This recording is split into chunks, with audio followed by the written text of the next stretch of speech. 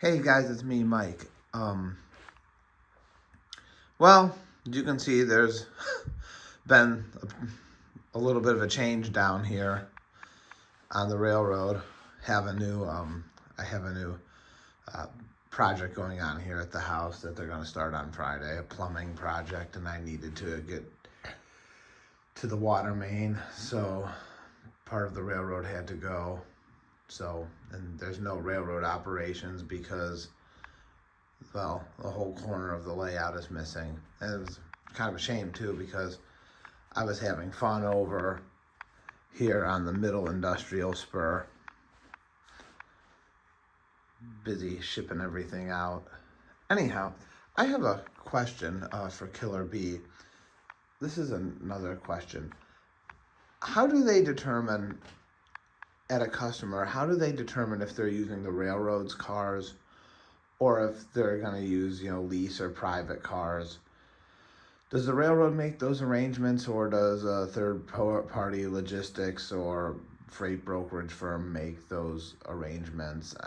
Maybe that would depend on the customer size. Like I would imagine a big auto parts company would probably be able to deal with the railroad directly, but maybe a smaller shipper would maybe the railroad wouldn't deal with a smaller shipper so much. I don't really know how they determine whose cars they're going to use. Like I read an article in Railway Age about Chick-fil-A is doing business with Union Pacific at their newest distribution center in Dallas, Texas, and they said some of the refrigerator box cars that came in were, lease cars, and some were Union Pacific cars.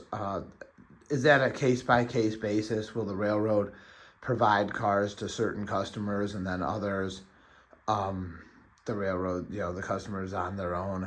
If they use a broker or something, the broker will, figure all that out for them. I just wondered how that worked, how they determined who was using what. I understand like tank cars and chemicals and stuff, usually those are lease cars. I don't really think the railroads own too many tank cars. And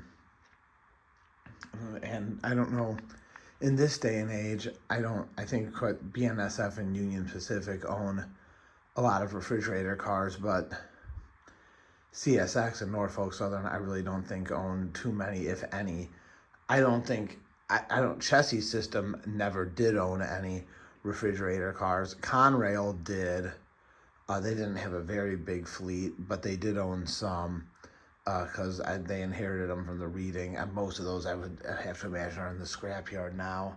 I can't believe Norfolk Southern kept any of those around, any of Conrail's refrigerator cars around. They all would be, in the scrapyard. But I just wondered how they determined if you're using the railroad's cars or if you're using others. What arrangements are made, if that's a freight broker who's doing that, or if the railroad wants your business, they'll provide cars and deal with you directly, or if you're too small and they're not as excited to have you, you'll have to go through a broker, and the broker will, find cars for you.